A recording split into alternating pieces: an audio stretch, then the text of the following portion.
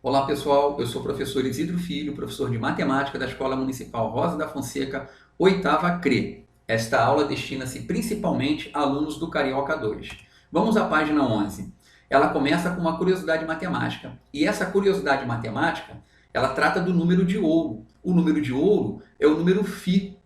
Φ vale aproximadamente 1,618. Com 3 casas decimais, se nós já guardarmos, já está legal, já está bem bacana, tá? E o que esse número tem de tão especial? Eu vou dar aqui alguns exemplos do quão ele é especial. Experimenta medir a distância do seu ombro, com o braço esticado, até a ponta do dedo. Depois você vai medir a distância do cotovelo até a ponta do dedo. Divide um número pelo outro. Provavelmente você vai achar aproximadamente 1,618. Um outro exemplo que está até no nosso material, na apostila. Experimenta medir a sua altura. Fique em pezinho, da distância da sua cabeça até o chão. Guarde esse número. Depois meça a distância do seu umbigo até o chão. Guarde esse número também. Divida um pelo outro. Provavelmente você vai achar 1,618. Vou dar um último exemplo, tá? Toda colmeia, pelo mundo todo, se você contar o número de fêmeas nessa colmeia, abelhas fêmeas, e dividir pelo número de abelhas macho, você também vai achar 1,618. Olha aí o quão ele é especial. Não é um número qualquer, né? Ele foi usado na construção de Partenon. Partenon é hoje um sítio arqueológico. É uma construção da Grécia Antiga, tá? Muito admirada naquela época, quando inteira, e ainda hoje. Então, nós temos aqui, na primeira atividade, que dividir 30,70 por 18,24. Quando você dividir isso, você vai ficar surpreso com o número que você vai encontrar. Ainda que não dê todas as casas decimais que eu estou falando, mas se já der a coincidência de uma casa decimal, se já resultar em 1,6, já pode considerar que esse retângulo da frente, ele já é bem especial. Esse retângulo que eu estou falando é da foto da frente de Partenon. A segunda curiosidade é você calcular o valor de φ. Como é que você vai encontrar o valor de φ? Através desse retângulo roxo, fazendo essa conta aqui. Ó. Φ é igual a 1 mais raiz de 5 sobre 2. Vá até a calculadora, calcule a raiz de 5, some 1 e divide por 2. Você vai achar esse valor, 1,618 e todos esses números que seguem. Quando você for calcular φ, que também pode ser escrito dessa forma, ao quadrado, você vai ter que fazer φ, lembrar de potência, vezes φ. Multiplique e verifique quanto você vai encontrar. Tá? E quando você for ainda calcular φ elevado a menos 1, que é o φ que está escrito ali, elevado a menos 1, lembre-se que esse expoente negativo significa inverter a base. Aqui eu tenho 1 invisível, então você vai ter que fazer 1 sobre φ. 1 dividido por 1,618 e por aí vai, aquele número todo. Depois, compare os resultados que você encontrou, compare a parte inteira do número e compare a parte decimal. Você vai ver que bacana e comente sobre isso, tá? Vamos à página 12? Página 12, ele pede na questão 3 para você fazer uma pesquisa na internet, buscando 4 exemplos diferentes da ocorrência do número de ouro. Eu já lhe dei 2 de presente no início da aula.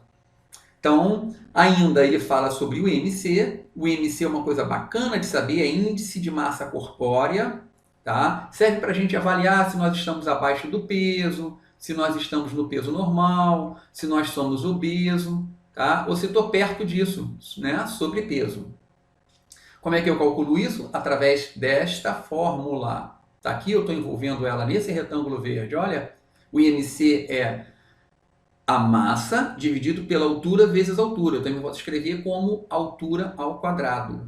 Na primeira atividade, ele pede para você calcular a faixa que se encontra uma pessoa com 1,70 m de altura e 70 kg. É só você fazer aqui, olha, na questão de número 4, calcular o IMC. É só você fazer isso.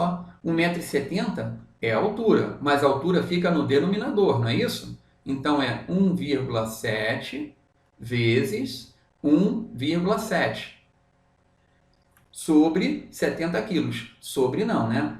O 70 quilos é o meu numerador, então fica aqui em cima. 70 quilos, porque já está na unidade correta. É quilo sobre metros. Tá bom? Agora é só fazer essa conta que você vai achar um resultado. Achou esse resultado? Verifica aqui nessa tabela que eu coloquei o zoom, ó, onde é que está o número. Se vai estar aqui, né, menor do que 18,5, se vai estar de 18,5 a 24,9 e por aí vai.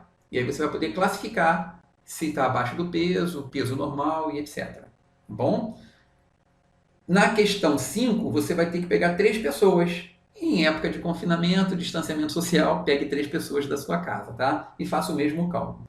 E na 6 agora, ele quer que você calcule o peso da pessoa. Ele já lhe dá o IMC. Então, na questão de número 6, o que nós temos que fazer é 20 igual, se ele quer o peso e me dá a altura, o peso eu não sei, eu vou chamar isso de x, sobre a altura. Aí aqui vai ficar 1,8 vezes 1,8. Faça essa conta e você vai achar o peso da pessoa. Ok? Vamos à outra página. Ele dá aqui a foto de um papiro e ele começa falando que na antiguidade não existiam símbolos para poder representar o que nós queríamos descobrir, né? O que os matemáticos da época queriam descobrir. Mas, a partir do século XVI, eles criaram letras e símbolos para poder representar o desconhecido. E aí assim surgiu uma parte da matemática que se chama álgebra. E com ela, as expressões algébricas, que é diferente de expressão numérica, porque expressão numérica só contém número. Expressão algébrica contém números e letras, ou só letras já é o suficiente, tá? E eu vou ajudar vocês com a letra A. Diz assim, a soma do triplo desse número com 7. Conhecemos esse número? Não. Essa é a questão 7, letra A. Não conhecemos o número, vou chamar ele de x. Os matemáticos adoram chamar de x, tá? Pelo mundo, não é só matemático no Brasil, tá bom? Então vamos lá. X é a minha incógnita. Ele não falou o triplo desse número? O triplo de x. Eu vou representar por 3x. E é a soma com 7. Então, mais 7.